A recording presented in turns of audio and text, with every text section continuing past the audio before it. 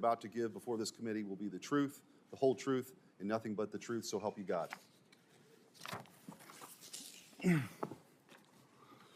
Thank you. And now we'll start with you, Mr. Harrison, with your opening statement.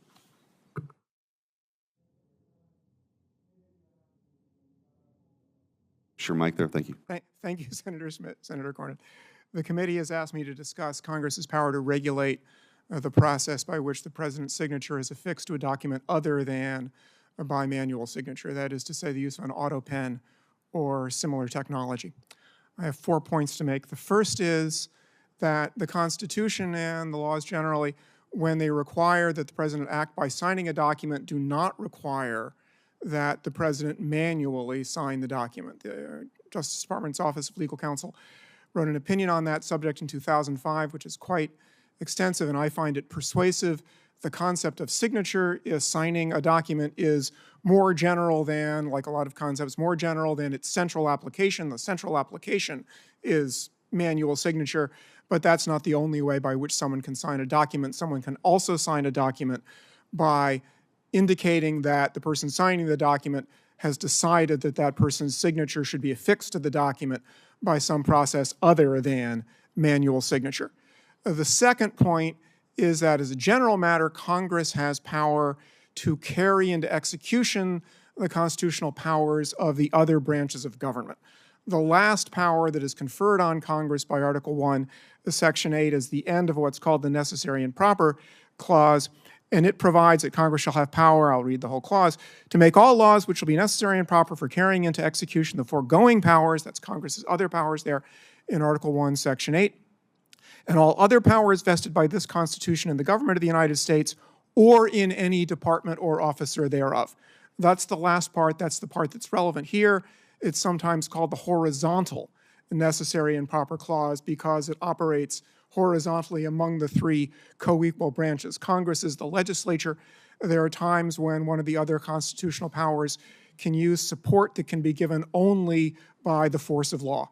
And that is something that Congress can do with a horizontal and necessary and proper power. The next thing I'll say is there are some principles, I think, that should govern exercises of the horizontal necessary and proper power. The first is that it operate to support, to assist, to make cause to function better, the power that is being carried into execution, be it that of the president or that of the federal courts.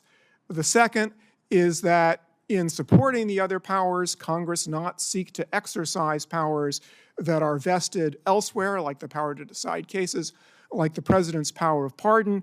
And third, when Congress exercises that power, it should make sure not to put substantial burdens on the exercise of the other powers that it's seeking to support, powers that once again are vested elsewhere than in Congress by the Constitution. I think Congress can regularize the process by which the president's signature is affixed without his manual signature in a way that would be consistent with Congress's horizontal necessary and proper power.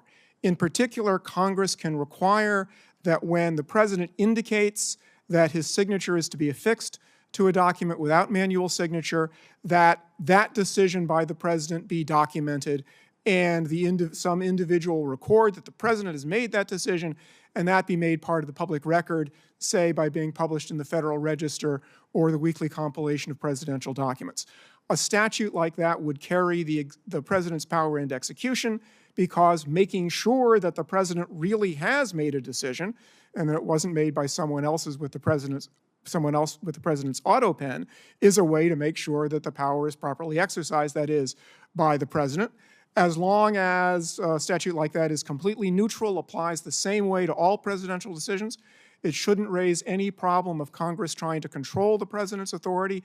Again, constitutional powers are vested in the other branches and supported by Congress under the horizontal necessary and proper power. And third, a requirement of documentation. Well, the White House does a lot of documents. The requirement of documentation would not place a substantial additional burden on the president and the processes by which the president acts. And I would suggest that if the committee consider legislation along these lines, that it inquire into the paper flow process currently used in the White House so that any statute Congress enacts will make that process work better rather than burdening it, making it not work as well. Thank you. Thank you. Mr. Wald. Senator Cornyn, Senator